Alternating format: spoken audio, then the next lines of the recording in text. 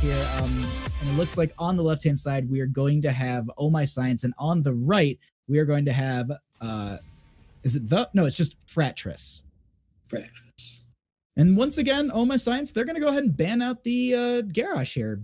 They hate Garrosh. I think they had some bad experiences in Siege of Orgrimmar raid back in the World of Warcraft days. It's over my head. I'm sorry. Like that was like, I think that's like the one Blizzard game I really have not like sunk my teeth into or played much of. It's just, I don't know, like the MMO, like it's fun, but it's like one of those things, like I have that voice in the back of my head. It's just like, but you could be doing so much more. Like, it's not wrong. Yeah. There's a lot of just like time sunk into doing stuff. And it's just like, I'd love to, but I can't. Like I keep coming back to this game. That's the big thing. Yeah. Well, Garrosh is the last boss of that raid that I mentioned. He does lots of his signature yelling and being extremely angry. We also see a Tassadar ban coming out from Fratres. So again, whether that is a result of the games they just watched or they just think the power level of Tassadar is really high with the hyper carries right now. Speaking of hyper carries, right out the gate, Lieutenant Morales, wow. Looking like they're going to lean into something. You know, Lieutenant Morales suggests a lot of things to me. Suggests an auto-attacking hyper carry that you really want the stim drone onto, and probably a double support comp. Because Morales can solo heal, but she generally in competitive is picked with some sort of complement.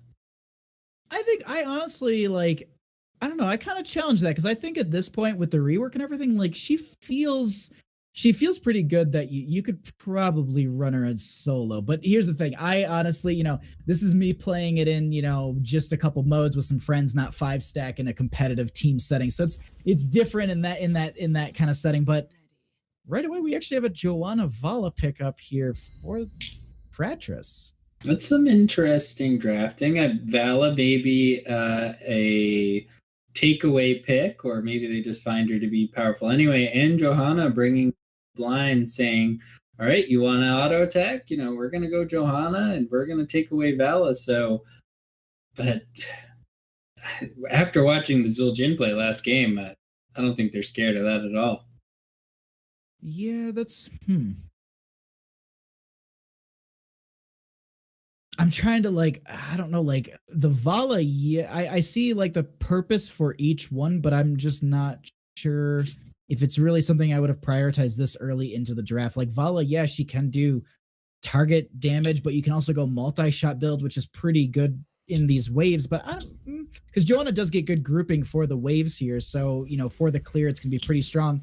But they go ahead and pick up, like, I personally think, like, when it comes to, like, when you're the, you know, when you get the 3 spot before the ban phase, I honestly think that a strong thing to do is pick up, like, ETC or Garrosh or Arthas, like, pick up your main tank, pick up your damage, which is their gray main, and then pick up, in my opinion, typically it's always Stukov, Rhaegar, Uther, but here we're seeing Morales, and after that last game, I'm not surprised at all that this is what they're doing. But realistically, it doesn't show what they're going to be doing with their draft. It could go divey. They could just have it for the disengage or stun.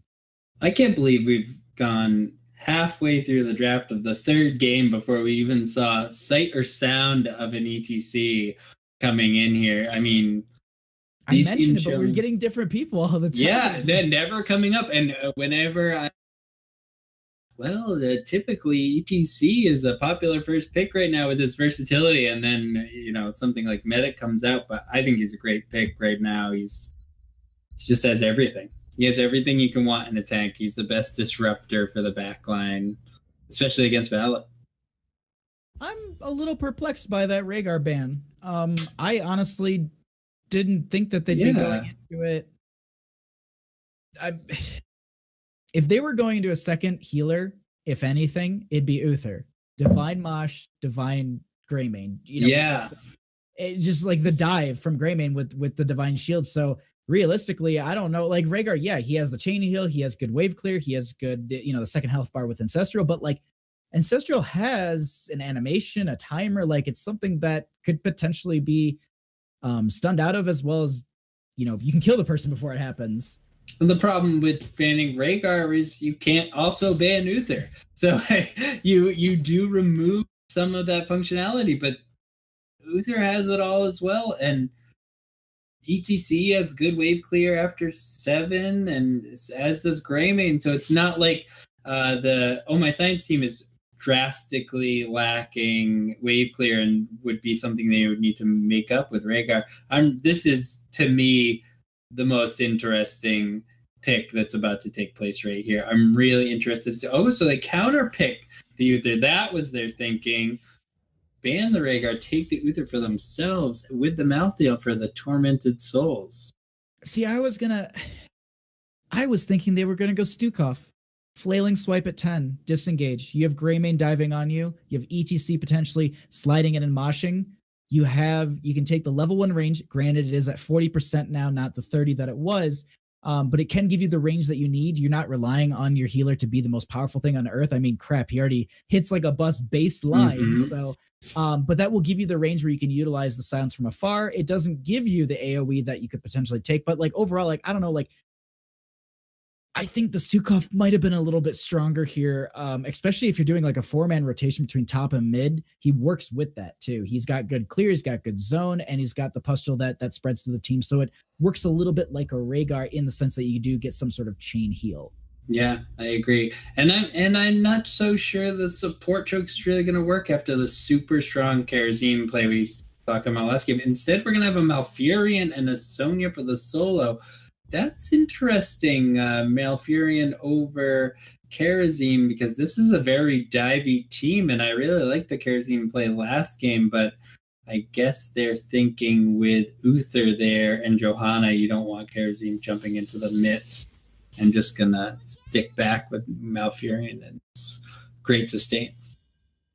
This is actually interesting. A last pick on the Chromie here.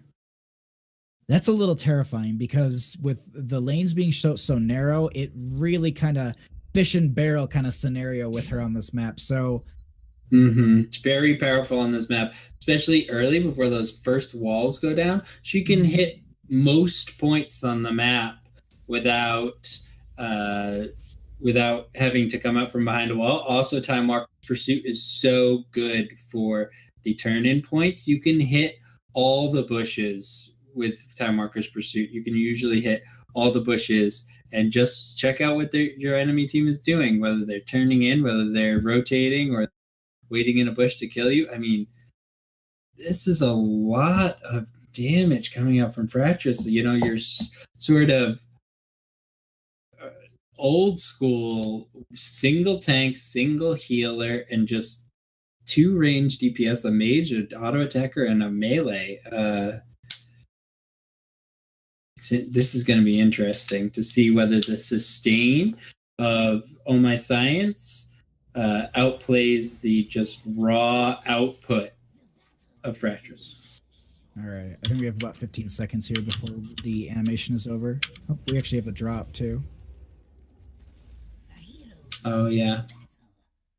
But let's see if we'll have a pause coming out. Alrighty. So on the left-hand side, we are going to have Oh My Science with Citru on that Sonya. Battery is going to be on the Malfurion. Hot Show is going to be on that ETC. Troy will be on that Spinning Greymane, and Dark Chimera will be on that Lieutenant Morales.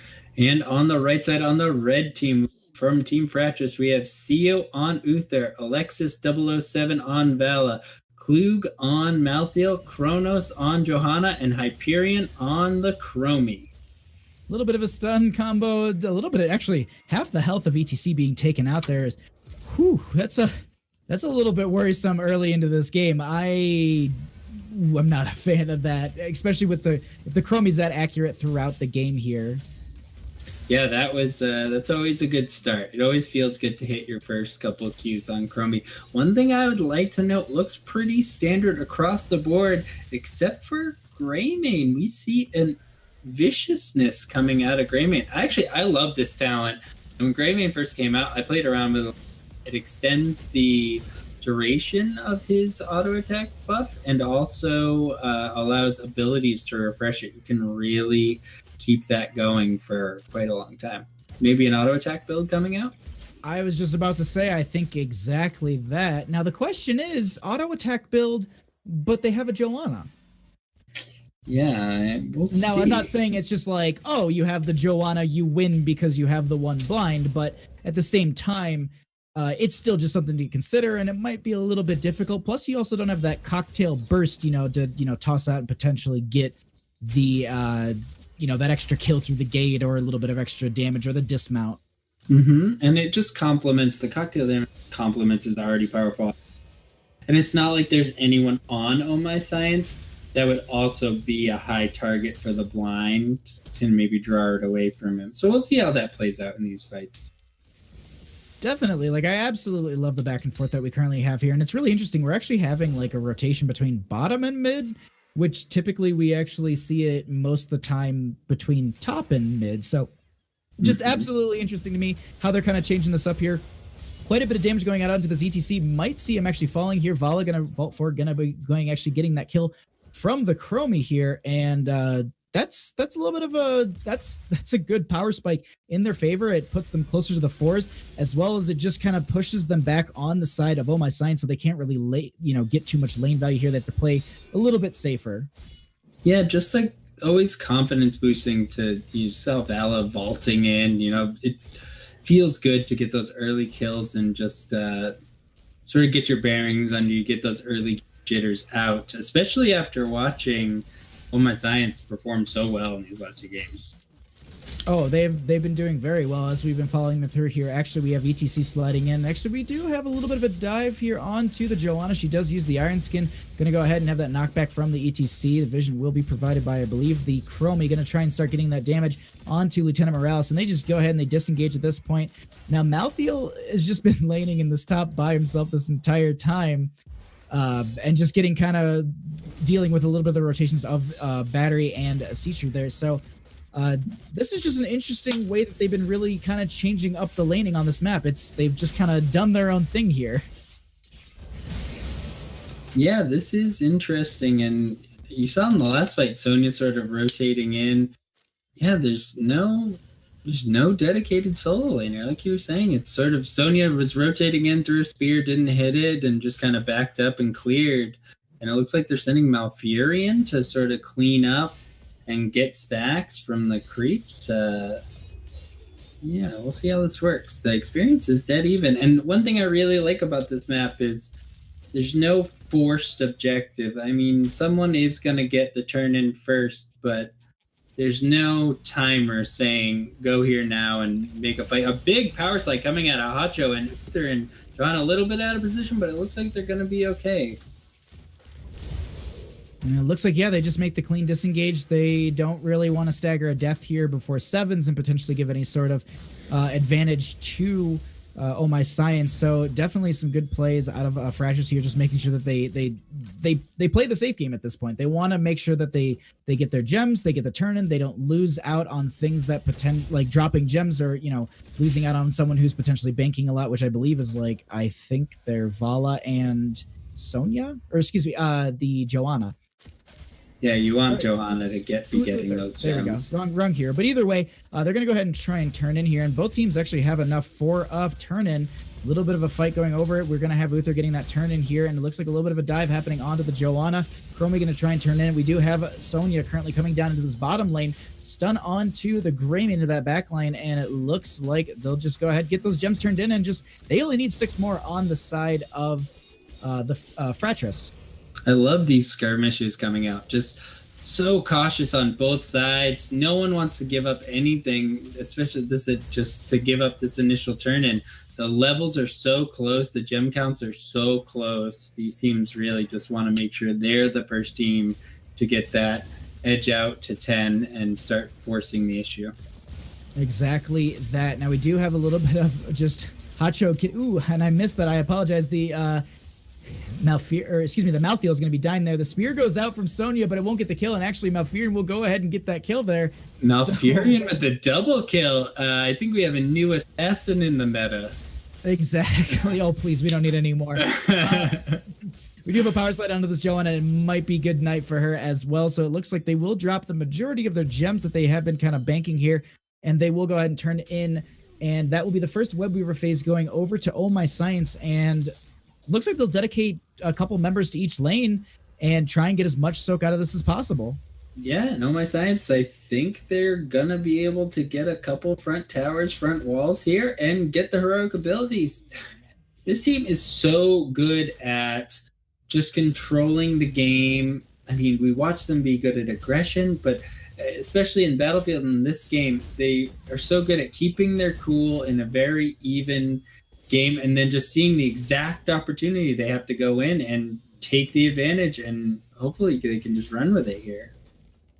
And we had a little bit of a fight in top for a split second there, but in mid we actually had a little bigger one actually happening. We had Vala and ETC falling just about at the same time. And it looks like we actually do have the Joanna rotating into the top here up against the Sonya. Malthiel's up here as well, so she needs to play safe. She needs to get out of there. Shouldn't be too much of an issue, but at this point we do have Uther coming in for the stun. Malthiel does not have the mark, but the rest of Oh My Science is turning down here, and we actually have the root from Malfurion that will be the kill onto Uther. We'll be having a little bit of his ghost healing, but will they be able to get this kill onto the Joanna? Yes, it is confirmed, but do they have the ability to dive a little bit further and get another? That I don't think so. It's interesting to me that Chromie in this game opted to go for Temporal Loop. Looks like we have a boss being started here by Oh My Science, and we'll probably go over to them. The Shifting Sands is such a consistent heroic ability. It just allows you to create a zone that slows and really sort of stop this tide of aggression, especially from Greymane and Sonya. The Temporal Loop sort of signifies more of a single out one target and blow them up. We'll see if that becomes relevant now with the rest of the heroics coming in. And we have Rain of Vengeance, Tormented Souls, and Uther is holding on to his heroic. I mean, I would assume Divine Shield, but because Malthiel Tormented Souls Divine Shield is what I'm kind of thinking here. Or you utilize it to protect your Vala if she is getting dove on, or it's interesting. I mean, they took Mosh, but they have a lot to stop it. So I'm not really expecting to see anything too big here. But either way, do have a little bit of a fight starting out in this mid lane. Chromie going to be kind of coming in from bottom here. He did go ahead and pick the shield. I assume he was just waiting for sort of a no-no situation if he had really had to pop the Instant Storm just to hold on to his own life or to save a teammate. But he did end up going with the Divine Shield, like you said. Great synergy with the picks on his team. Absolutely. We actually have a little bit of a fight here going out into the mid lane. Greymane taking quite a bit of damage. It looks like they're actually going to start to turn this around. The rest of the team currently coming back from that top lane. Do you have Wrath of Berserker being popped? There is the separation from ETC. There is a ton of damage going on to the Malthiel. There is a mosh pit onto a couple of the members. The D shield did go out onto that Malthiel while he was using Tormented Souls. There is the time loop onto one of the members. Looks like it will be, I think, cleansed away, if I'm not mistaken. That's also going to be Vala falling there as well. And yeah, Chromie's going to try and Hearth out of here. Should be able to get out with this. Yeah, and Chromie came in with the flank there, and it was an interesting fight because initially Fratres had such a good amount of damage coming out onto Greymane, and if the Temporal Loop had been there initially, I feel like they could have taken him down before he got behind that wall. I'm interested to see what did happen with that Temporal Loop. There is no cleanse on this team. I was just looking through the list. Listen, I was like, there's no cleanse. How did they get rid of it? Either way, that's for another time. Maybe it was canceled. Who knows? Ice Block was it? If it was Malfurion, it could have been. I'm not so sure. I just peeked through his talents. I don't think he had anything that would kind of get rid of it. Maybe the silence at the right time, but I don't know. I thought it was used quite early in the game. Either way, looks like they're going to be dedicating Malfurion to that bottom to push that up, make sure they get the soak, get close to 16s, and continue to have this huge experience gap. I mean, at this point, we're talking a 3-level lead and almost 2 talent tiers. And just so impressed with Oh My Sciences. They just get that slight lead. It actually reminds me of Fnatic, and you watch Fnatic play, and games seem very very even early on. The talents are even up to level 7, and then they always get a slight edge and get to that level 10 and just absolutely run away with it. They have a 4-level lead now. This game was even at 7 to 8, and then they're just running away with it, taking all the structure damage, getting the turn, and getting the kills. We currently have a stim drone onto the gray main here. A little bit of a dive onto quite a few of the members. Sonya's just really shoving a few of the members back actually here. As Stunga is going to go out. She's going to go ahead and hit a few of the no pain or ignore pain there. Looks like they're going to go ahead and confirm this bottom lane keep, and I believe they should be making the full disengage at this point. Actually, do we have Sonya? She pulled it in there for a second, but it looks like the root will kind of zone a few of the members away, and they're going to be backing off here, so not a big deal at all. One thing I was going to note, I noticed it during the second time it happened. They put it on Malfurion. He has ice block at 13. That's the reason it gets canceled. Because I saw him do it just now when they were. I heard it going off, and I was like, "Who's it on?" And Malfurion was in bottom. Either way, Val's going to get rooted here. There is going to be a little bit of a separation. The D shield does go out onto Uther himself. Looks like the Joanna potentially will. Oh, she will be falling. Tormented Souls is used, but Vala is killed as well. Looks like we do have a member dropping here. It looks like the Malthiel potentially could get out. He will be fine, but that will be Uther falling. And it looks like that's going to be another keep going down here. And I wouldn't be too surprised if they walk onto the core at this point. Yeah, it's looking like that. Hacho there, I gotta highlight his play. Malthiel was trying to storm in with the Tormented Souls, and Hacho just hit the face melt at the exact right time, just bumping Glug back and just allowing him to not get the value. Who's really trying to get in the thick of the team and make something happen, and Hacho says no. You know what the terrifying part about all that is that was the end of their push from the Webweaver phase they just had. They had 88 last time I just peeked, and they're turning in currently. So, yeah. And actually, they're also starting boss. Chromie going to scout this out. Now, they do know that they're postured for it, but here's the thing. They don't have 16s. This is really risky. It's about a 4-level difference here, and this is kind of like a do or die fight. I mean, the rest of the team isn't here. They actually get the power slide out. We do have Joanna getting knocked back here, separated from the team. Does use the Iron Skin right away, and looks like she will be falling. We currently have the stim drone out onto the gray main. Looks like that will be dove onto the Malthiel, who will be falling, as well as the Vala. The time trap did go out from the Chromie. They will get the scouting here, but will she be dropping those 4D gems finally? Yes. No bye-bye for Chromie. I think she was hitting B and saying, please, maybe I took bye-bye, but not quite. Oh, and it looks like they might just go right onto the core here. Yep. And at this point, yeah, with the mid lane pushing up as well as the bottom, they are going to be moving onto the core, and it looks like we are going to be having this game number 3 taken by... Oh, no, they're going to do the same thing they did in the last one. They're going to focus on the game. They're hungry for blood.